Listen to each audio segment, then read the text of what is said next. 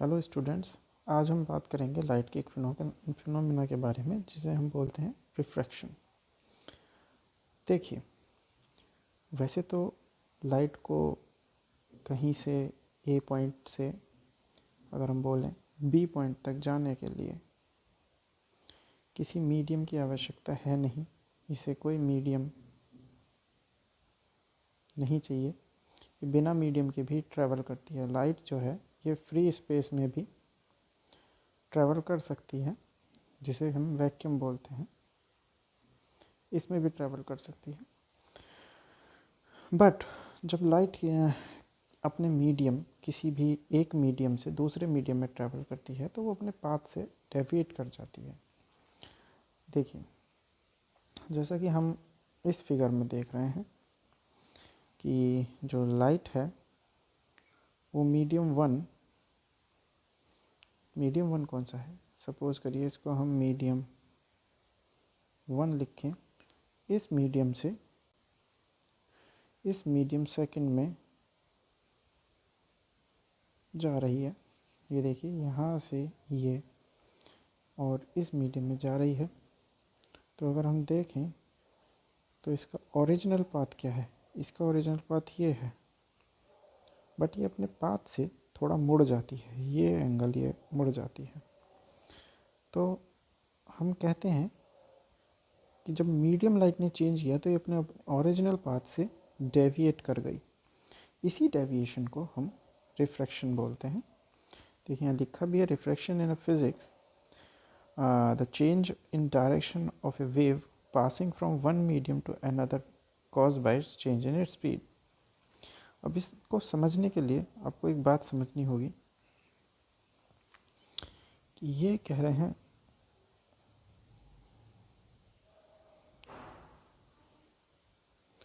यहाँ पर हमने देखा कि जब भी लाइट अपने एक मीडियम को चेंज कर रही है तो वो अपने पाथ से डेविएट हो जा रही है। तो कैसे? सपोज़ करिए यहाँ हमने एक इंटरफेस माना है जिसके ऊपर मीडियम 1 है और इस साइड मीडियम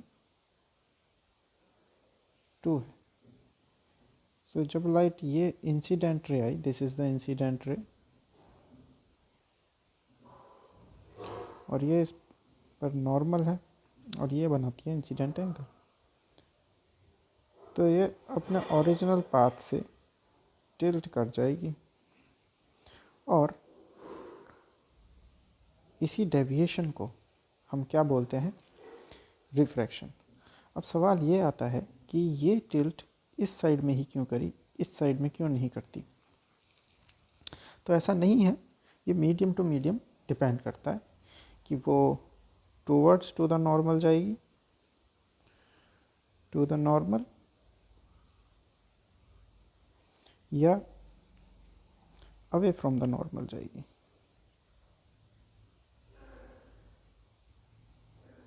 ये डिपेंड करता है कि लाइट किस मीडियम से किस मीडियम में जा रही है। इस चीज़ के बारे में हम अभी डिस्कस करेंगे, बट अभी हमें जो समझना है वो यह समझना है कि व्हाट इज़ द रिफ्रैक्शन। तो रिफ्रैक्शन के बारे में हम लिखेंगे that refraction is the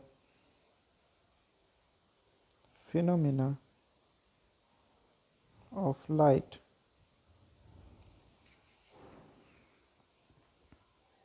when light deviates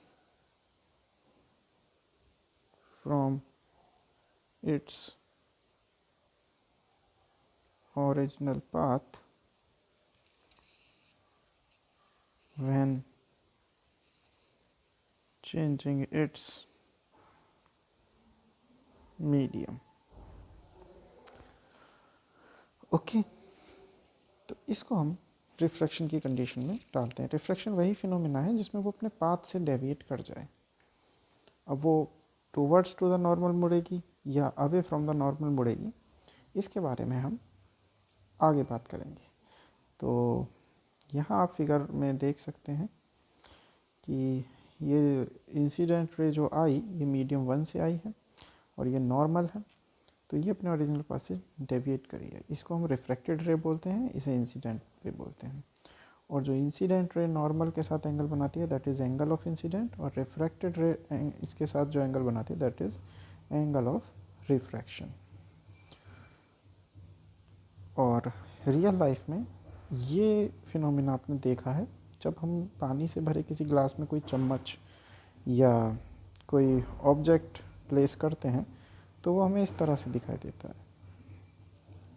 तो यहाँ पर भी आप ये देख सकते हैं कि लाइट, इसका ओरिजिनल पाथ ये होना चाहिए था, जबकि हमें जो पेंसिल है वो इससे थोड़ा अलग इस पॉइंट पर यहाँ ये नज़र आ रही है। तो ये भी प्रोसेस जो है ये रिफ्रैक्शन की वजह से हो रहा है, refraction of light, refraction of light की वजह से ही ये संभव हो पा रहा है। आई होप आप रिफ्रैक्शन को समझ गए होंगे। आगे की वीडियोस में हम बात करेंगे कि लाइट चेंज क्यों हो, मतलब अपना जो पाथ है वो डेविएट क्यों होती है, उससे मुड़ती क्यों है लाइट, इसके बारे में हम नेक्स्ट वीडियो में बात करेंगे। ऑल द बेस्ट गाइस, इस वीडियो के लिए इतना ही।